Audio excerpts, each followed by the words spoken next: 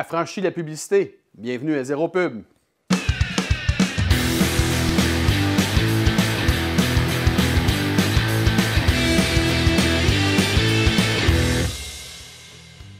Quel est votre processus de vente?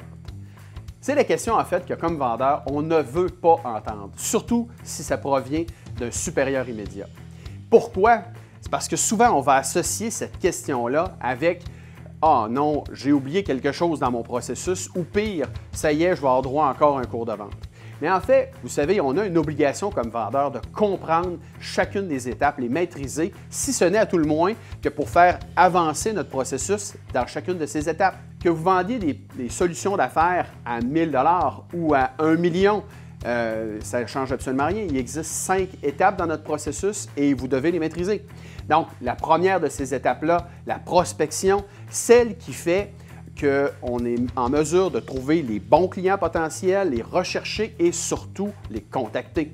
La deuxième étape, celle qui nous permet de savoir si on a un client potentiel devant nous, la qualification. On doit savoir quels sont les budgets, quels sont les désirs, les besoins surtout du client et évidemment, qui sont les personnes qui seront en charge de l'achat du produit ultimement.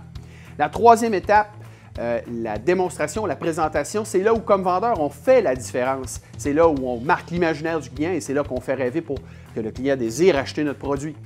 La quatrième étape, la gestion des objections. En fait, notre rêve qu'on a tous comme vendeur, c'est de ne pas avoir d'objections. Cependant, les objections, c'est le début de la négociation avec le client. C'est là où le client nous démontre son intérêt d'acheter un produit. La cinquième étape, et non la moindre, la vente. Ce n'est qu'un début, en fait, la vente, ce n'est pas la fin de notre processus. C'est là où on débutera la relation d'affaires avec notre client. Vous savez, vous devez définir évidemment chacune de ces étapes-là et définir possiblement des sous-étapes dans chacune d'elles.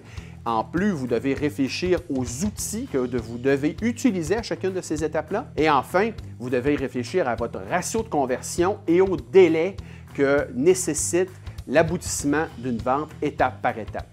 Êtes-vous en mesure, à partir de maintenant, de gérer votre processus de vente complet?